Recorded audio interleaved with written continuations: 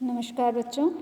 आज हम जिस टॉपिक के बारे में बात करेंगे वह है डाइंग यानी कि रंगाई। डाइंग वह प्रक्रिया है जिसके अंतर्गत रंग के द्वारा कपड़े की सरफेस को परिष्कृत या परिसज्जित किया जाता है, यानी कि कपड़े की सरफेस या पूरे कपड़े को रंग में डुबोकर उसे रंगीन व आकर्षक बनाया जाता है।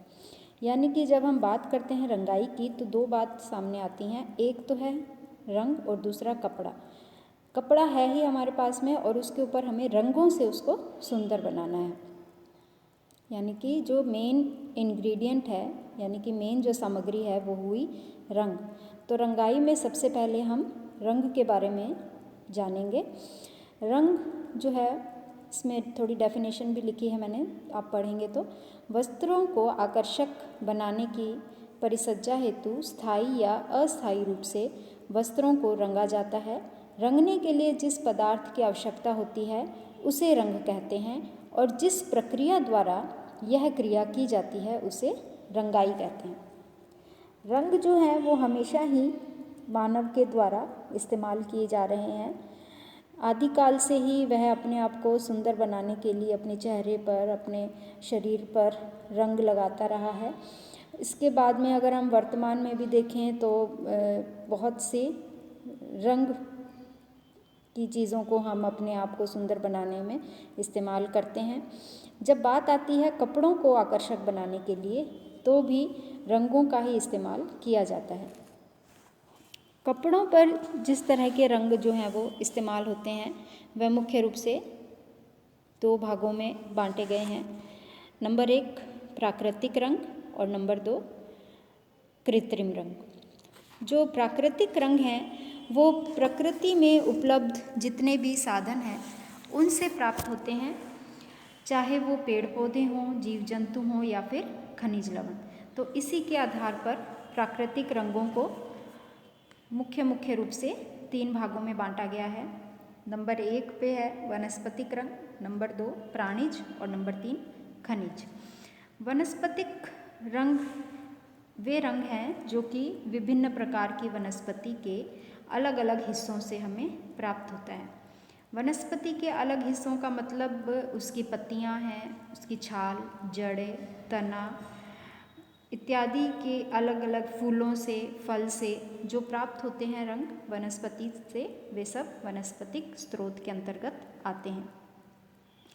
इसके बहुत से उदाहरण हैं, जैसे कि मेहंदी, केसर, पलाश, पारिजात, हल्दी, बहेड़ा, आंवला, कत्था, अनार, जामुन, नील, कीकर।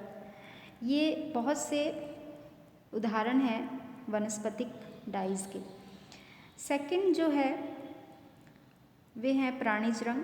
प्राणी अलग अलग प्राणियों से प्राप्त होने वाले रंग हैं। कुछ विशेष प्रकार की चींटियां होती हैं या कुछ छोटी मछलियां हैं, कीट पतंगे हैं जिनके द्वारा प्राणिज रंग प्राप्त किए जाते हैं, जैसे कि केकटी, केनकिकल, कैरमिस, ये जो हैं वो प्राणिज रंगों के अंतर्गत आते हैं। तीसरा जो है वो है खनिज रंग। खनिज रंग जो है वो धातुओं से प्राप्त होते हैं, इसीलिए इन्हें धात्विक रंग भी कहते हैं। धात्विक यानी कि मेटालिक डाइज भी इन्हें कहा जाता है। ग्रीन, खाकी, येलो, ब्लू, ब्राउन, ये सब जो कलर के जो शेड्स हैं, टिंट्स हैं, ये सब खनिज लवणों से प्राप्त होते हैं। पोटेशियम डाइक्रोमेट तथा लेड क्रोमेट की आपस में प्रक्रिया करवाने से वह येलो रंग में बदल जाता है। इसी तरह ही पोटेशियम फेरोसाइनाइड को गलाने से पर्शियन ब्लू रंग मिलता है। और जो खाकी रंग है वह भी लौह सल्फेट या क्रोमियम सल्फेट के घोल में मिलाने से प्राप्त होता है।